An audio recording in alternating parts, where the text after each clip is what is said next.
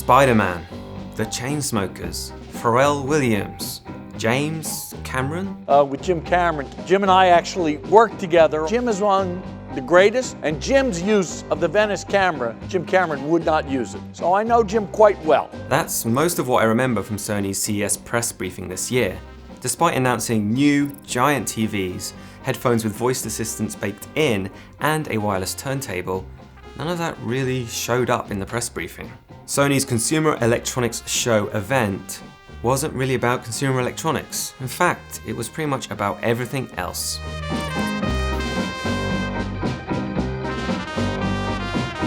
So when Sony CEO Kenichiro Yoshida stepped on stage, he said he was shifting gears to focus on the company's creative endeavors. Translation: less product news and more collective backslapping for what an amazing year the company's had. But this is Sony. This is the company that gave us Aibo, it gave us Vio PCs, it gave us the Walkman, and it gave us the PlayStation. But in 2019, Sony is a very different business. If you've been paying attention to Sony over the last few years at CES, you'll know it takes a different tack with these kind of events compared to the competition. There's less spec sheet boredom, there's less products in general. For Sony, it seems to be all about the spectacle. In fact, it's hard to remember the last time Sony announced an earth-shattering new product here in Vegas. Right, Aibo? Ignored me there. These days, the big tech reveals happen outside the big tech shows. And remember, Sony has already announced it won't be making a showing at E3 later this year. Sony did announce that it's now sold almost 100 million PlayStation 4s around the world, then followed it with a sizzle reel of all the amazing games from 2018 and the major titles coming this year, including The Last of Us Part 2 and The Ghost of Tsushima. Yoshida gave a passing nod to the company's camera series, nothing to announce there, before passing the baton on to Tim Rothman, the head of Sony Pictures.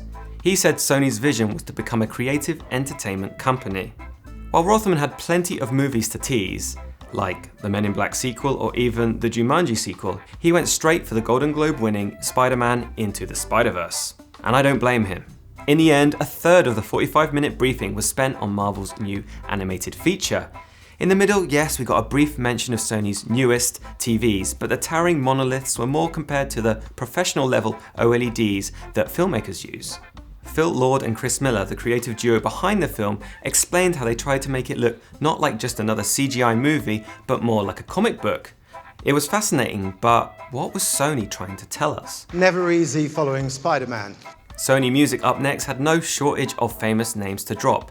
If it wasn't the Chainsmokers promoting PlayStation VR, then it was Pharrell Williams, who actually appeared on stage and was probably the biggest name to grace CES press conferences that day.